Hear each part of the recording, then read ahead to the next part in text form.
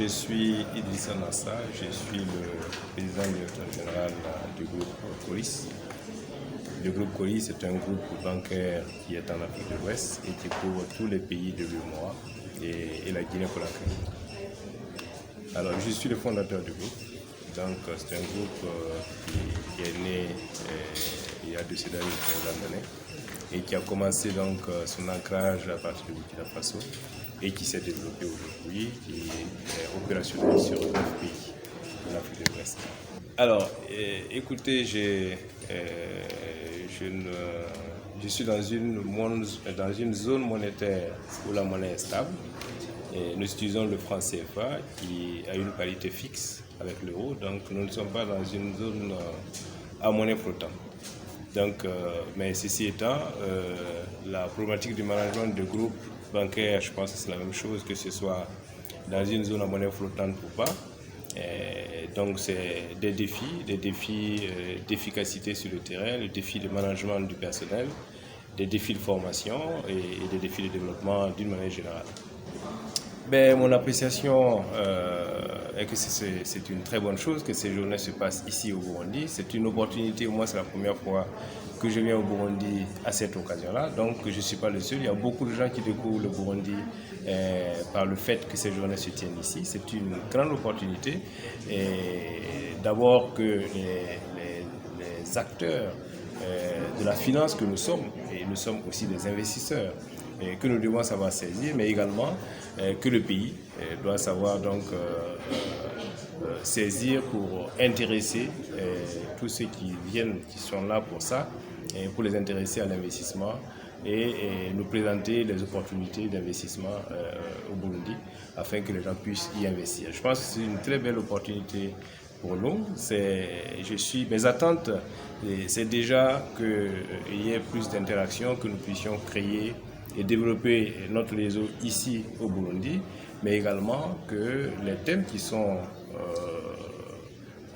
j'allais dire, en traitement aujourd'hui, que nous puissions trouver des voies et moyens pour proposer des solutions à nos décideurs afin d'atténuer les difficultés liées aux crises actuelles. Enfin, pour faire face à la problématique de nutrition en Afrique, il n'y a pas 10 000 solutions. Il faut produire. Il faut que nous sachions produire, mais surtout bien produire de la qualité.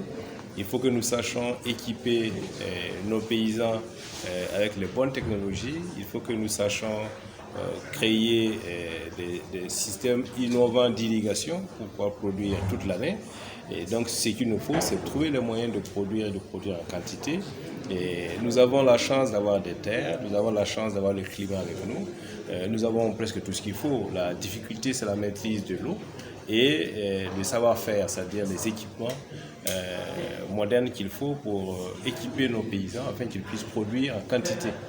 Et il est inconcevable aujourd'hui, avec la crise que nous venons de vivre, que nous sommes en train de vivre sur la Russie et l'Ukraine, nous amène à savoir, je pense que beaucoup de gens sont comme moi, qui ne savaient pas que le pain que nous mangeons tous les matins, le blé, vient de l'Ukraine ou de Moscou. Alors donc nous sommes installés dans un confort qui nous amène à ne plus chercher et à aller plus loin, mais il est important que nous puissions produire ici en Afrique du blé pour produire notre pain et même exporter. Nous avons de la place, nous avons tout ce qu'il faut pour le faire. Et il manque la technique de production, les équipements, et cela, nos États doivent être à même de pouvoir les réunir afin de permettre à nos paysans d'être plus productifs et de satisfaire donc aux besoins alimentaires de nos populations et créer de la valeur par l'exportation. Un dernier mot, c'est vraiment saluer le peuple burundais, saluer le comité d'organisation de ces journées. Nous sommes très satisfaits depuis notre arrivée, et aussi bien pour l'accueil, pour la tenue, pour tout. Et je voudrais vraiment saluer toute l'équipe d'organisation, du comité d'organisation, et puis appeler les dirigeants bancaires, les leaders sur le plan économique, à ce que nous puissions nous donner la main pour construire notre Afrique, parce que personne d'autre ne fera le bonheur de l'Afrique en dehors de nous-mêmes. Et il nous appartient en tant qu'acteurs du secteur privé de nous donner la main, de partager nos expériences, de partager nos projets afin qu'ensemble nous puissions construire une Afrique autosuffisante, une Afrique indépendante financièrement, mais une Afrique qui se développe au profit de ses populations. Donc, je suis consultante au sein de ma société Kiralité que j'ai fondée en 2019, après avoir travaillé pendant plus de 20 ans pour le secteur bancaire européen et international. Et j'accompagne, je suis supportrice des travaux du club des dirigeants des établissements de crédit d'Afrique depuis 2008. Et je m'intéresse fortement. Alors, écoutez, je suis dans une zone monétaire où la monnaie est stable. Et nous utilisons le franc CFA qui a une parité fixe avec l'euro. Donc, nous ne sommes pas dans une zone à monnaie flottante. Donc, mais ceci étant, la problématique du management de groupe bancaire, je pense que c'est la même chose que ce soit dans une zone à monnaie flottante ou pas. Et donc, c'est des défis d'efficacité sur le terrain, le défi de management du personnel, des défis de formation et des défis de développement d'une manière générale. Mais je crois que toutes les ressources sont là pour que justement cette effervescence continue sur le continent. La digitalisation, elle est importante, elle est entre les mains de tout le monde puisque tout le monde a un téléphone, on peut téléphoner, on peut envoyer de l'argent, on peut réserver aussi peut-être un taxi, on peut faire beaucoup de choses avec son téléphone et son ordinateur. Donc c'est un atout, c'est un avantage, ça rend les choses peut-être aussi plus simples dans beaucoup d'occasions. En même temps, il faut toujours garder à l'esprit que c'est au service de l'homme et de la femme. C'est un outil, ce n'est pas une finalité. Et l'impact sur les banques, il est très important parce que justement les banques africaines commencent déjà à intégrer le digital.